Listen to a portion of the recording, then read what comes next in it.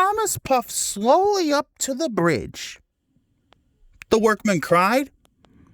Thomas was pleased to be there. He was looking forward to a rest, but there was another job to be done. The bridge section needed to be lowered into place. Diesel oiled, the foreman said. Thomas was very proud. Diesel was cross. The workman attached lots of cables to Thomas.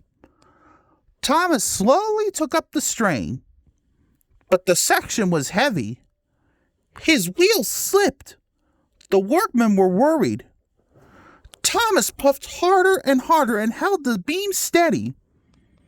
He edged forward, slowly lowering the section.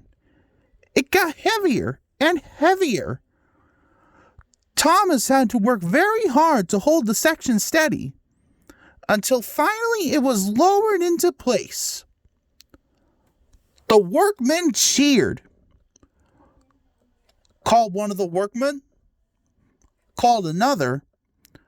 Thomas was as tired as he had ever been. But he was so proud, he felt like his boiler would burst. Boasted Thomas. This made Diesel crosser than ever. That afternoon, Thomas had to collect some paint for the bridge. Thomas puffed into the yard and backed up to the paint freight cars. But Diesel was in the yard too. Diesel whispered, and he gave the freight cars an extra hard shunt. Paint cans flew into the air and splattered down all over Thomas. There was green paint, yellow paint, and red paint. Thomas looked very silly indeed. Laughed Diesel, and he rolled away. Puffed Thomas. So the next time Thomas saw Ari, he gave him a biff. And when Ari saw James, he gave him a bump. Soon the Diesels and the Steamies were biffing and banging and being bumped all over the island.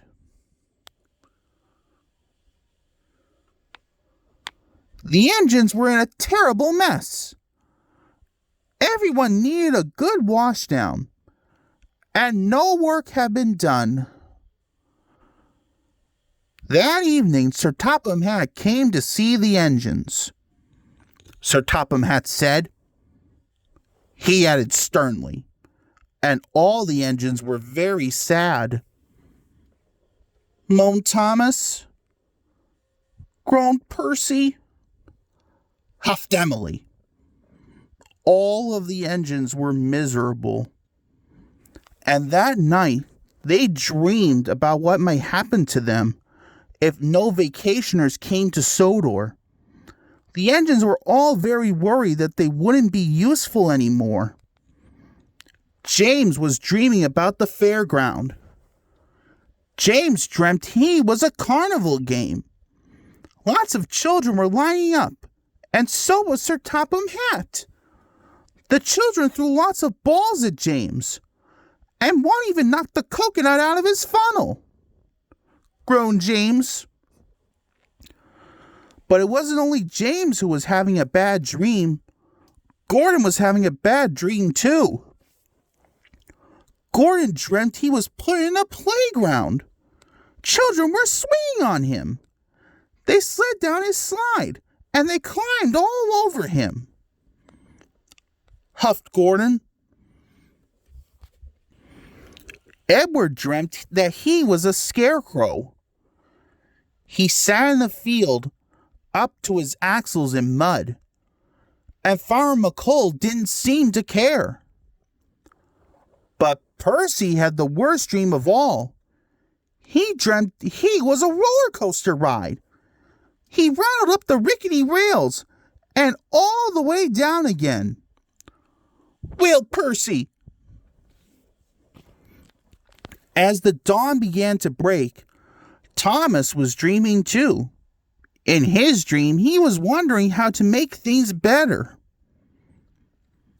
As he wondered, Thomas puffed along a misty mountain track. And there was Lady. Lady was a very special steam engine. She worked high up in the mountains. Lady was shunting freight cars with Rusty the diesel engine. Thomas was surprised. Puffed Lady. The next morning when Thomas woke up, he knew exactly what to do. Thomas puffed across the island. He was looking for Mavis. Mavis wasn't like the other diesel engines. She was kind. Thomas knew she would help him with his plan.